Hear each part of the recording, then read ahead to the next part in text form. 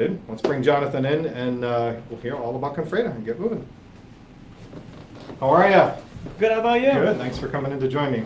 So, Jonathan was telling me, fourth generation. Yep, fourth generation. So, Confreda's been around for how long? So 4 generations is a long time. So how many years will we kind of sum that up to be? Well, this year is our 95th year in business. It was started by my great-grandfather, and we've increased so much over the past probably 20 years or so, but this is our 95th. 95 years. Yeah.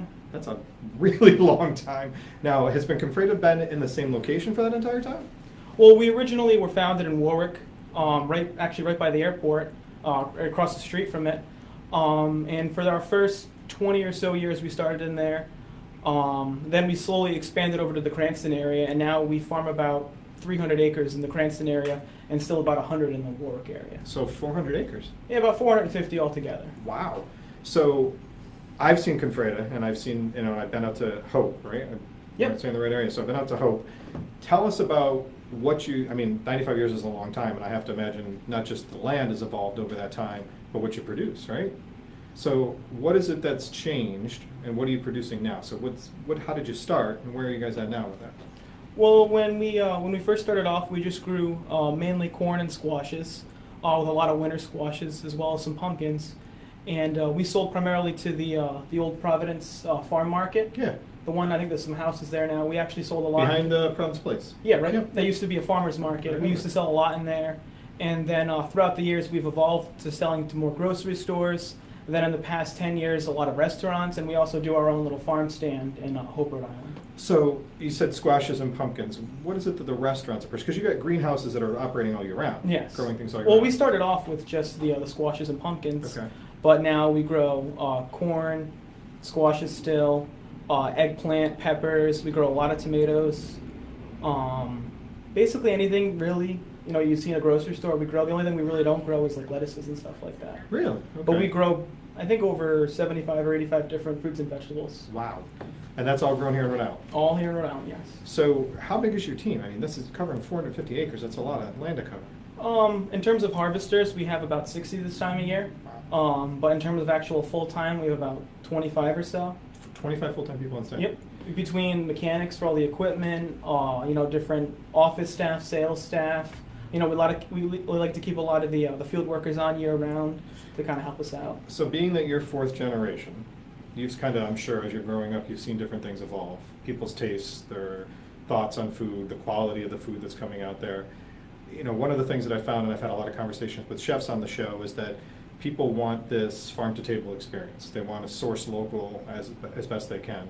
And it seems to be this movement that's caught on. A couple of years ago you heard about it, maybe 2-3 years ago you heard about it, and in the last year it seems to have exploded.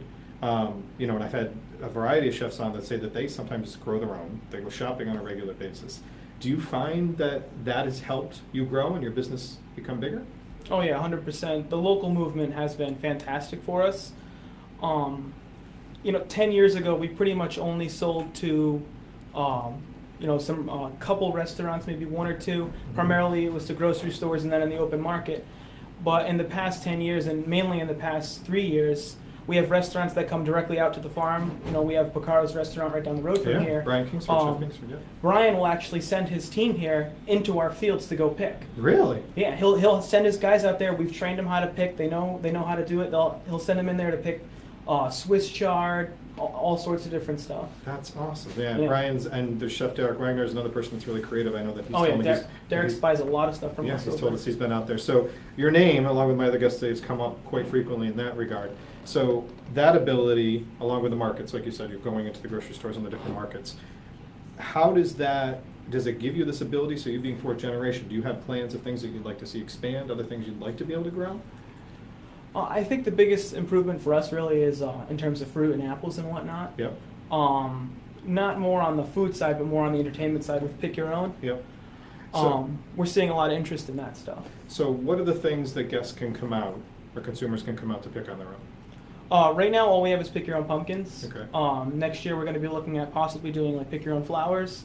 And right now, we're in year 2 of a couple hundred apple trees. So probably in 2 or 3 years, you're going to be able to pick your own apples. So the apples are new. Yes. The apple trees are new. So that's another thing that's kind of expanded for you as Yes. you've gone on.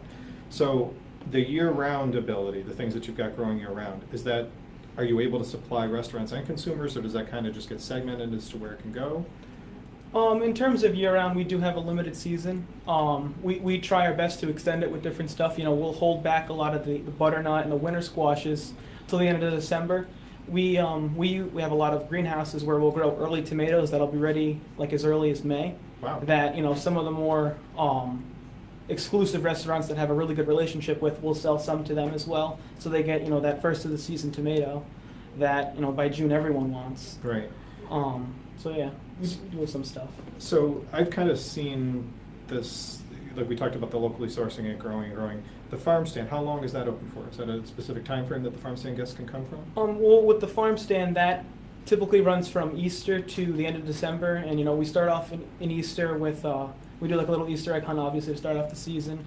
But then we do spring plants as well as Easter pies, and it'll run all the way through the season to the end of December, where we do Christmas trees, where you can get your own Christmas tree, as well as we do Christmas pies and stuff like that. So to the holidays, November, December really pick up? Is it busy, like people coming in with planning those holiday needs? Well, yeah, we do a lot of pies and baked goods and whatnot, so that stuff's really big for us. And then the Christmas trees, obviously, you got a couple weekends for that, but it's. So from a cooperative perspective, the things that you don't grow on property, so like say apple pies or whatever, are you sourcing that from other people right now, working with other farms? Right now with the apple pies, we're sourcing it from a couple different local farms. Okay. It depends on the variety of apple. Obviously in April, pretty much all storage apples are used up, so we do have to get those in from Washington or sometimes out of the country, but we try to keep it as local as possible when it's available, without making it frozen too. So, there's another perspective that I was kind of thinking about when you brought in the fact that you said you're fourth generation, the number of people you employ, is that there's a huge economic impact from this, in addition to the healthy benefits, the sustainability that's out there. Do you find that there are more and more people that want to get involved in this type of farming that are out there? I recently read, and I want to say it was an Edible Roadie, a story on URI and about their sustainability and farm programs that they're offering at the school now. So, to have that in our own backyard, URI is a fantastic school to begin with, but to have that in our backyard, do you find that there's more people that are wanting to get in the trade? You stayed, right? Yeah. So. Well, it's actually funny you mentioned the URI thing, because my brother was actually part of that program in its creation. And he's more on the farming side of things, obviously. Okay. But we're noticing a lot more people that are coming in here, getting education to learn how to farm properly. Farming, no one's really looked at it like a business, and that there's a science to it, though. Right. There's a science to growing and to getting great production. And we're seeing a lot of educated people coming into the business, wanting to work on a farm. And it's interesting that people will come in and they want to see this side of it. We have some people that work in our farmer stand, and they started off in a grocery store, and they want to see what it is on the next side of things. They want to see what it's like in the field. We have some workers that are like, hey, can I spend a couple days with the field workers? They want to see that side of things, it's really cool to see that kind of stuff. That's really good. It gives them the diversity of really understanding the product that they're selling and where it's coming from. We even have a couple grocery stores that actually will send portions of their produce department to come see what the farm looks like, so when customers talk to them, they kind of understand what the farm's like, what the family's like. They can really answer those questions. So, with you being the fourth generation, again, going back to this, do you have plans that you'd like to see, things that you'd like to see evolve over time to increase and do any, things that we would consider news of expansion for you? Well, the biggest thing for us for expansion is trying to focus on being able to serve more restaurants. There's no question about it that restaurants are the future of local produce, but there's obviously some hurdles getting the produce to them. The distribution of it. Making sure that you have the right kind of produce and whatnot, what time of the year they want it. Right now produce is big only in the summer. If we can try to extend it with some more greens possibly that can be grown throughout the year and whatnot, I think that's pretty much what the future is going to be. Okay. And it's going to be a lot more sustainable for the farm, so we don't put all of our eggs into just August. Right, one area. So when you mention the greens, the vegetables, the produce and stuff they do, does the greenhouses give you a jump on that because you have the ability to grow that stuff in a different time of the year? Well, yeah, you can use heat. A lot of stuff like the greens, you actually don't need to use heat just because of the way the greenhouse is constructed. Okay. So you can get like an extra couple weeks where normally you can't get into the field because you have frost. So what would be something, just as an example, what would be something that you would grow that you're saying you'd want to see added on to become more sustainable for the farm? Well, a couple of the easier things to grow in a high tunnel that we're seeing a lot of demand on is tomatoes, as well as a lot of cooking greens like Swiss chard kale. Even though those are mostly fall stuff, a lot of people want to see that up until December, January, Right. because it's more of a cooking stuff. It's more of a cooking green. So people will actually, what we'll do is we'll grow it right now, so it'll be able to be harvested in, like, let's say December Okay. or January, which, there might be snow on the ground. You can't grow anything that time of year outside. Absolutely. So it kind of extends that season and makes it a little bit more profitable for us to keep more people on. So we talked about a couple of the chefs that are well-known chefs that and make this their priority to do it. Is there specific markets that you've seen that are really favorable to the local farms here that work with you guys? In terms of like grocery store markets, the most favorable by far is Whole Foods. They've done so much. They're the ones that bring their team down to, basically visit the whole staff. The produce department managers personally call us. They all have my cell phone number. If they have any questions or whatnot, they really want to be part of the farm. They want to build a lasting relationship. And then the other one, there's not any in Rhode Island yet, is Wegmans. Oh God, I love Wegmans. What Wegmans does for farmers, they're the only farmer that will call me up and say, "What's your cost to grow this? We want to make sure that you can continue to grow." And I've never heard that. That's amazing. Most of these stores just want to pay market price for this local stuff, where Wegmans will actually ask us, we want to make sure you can continue to do this.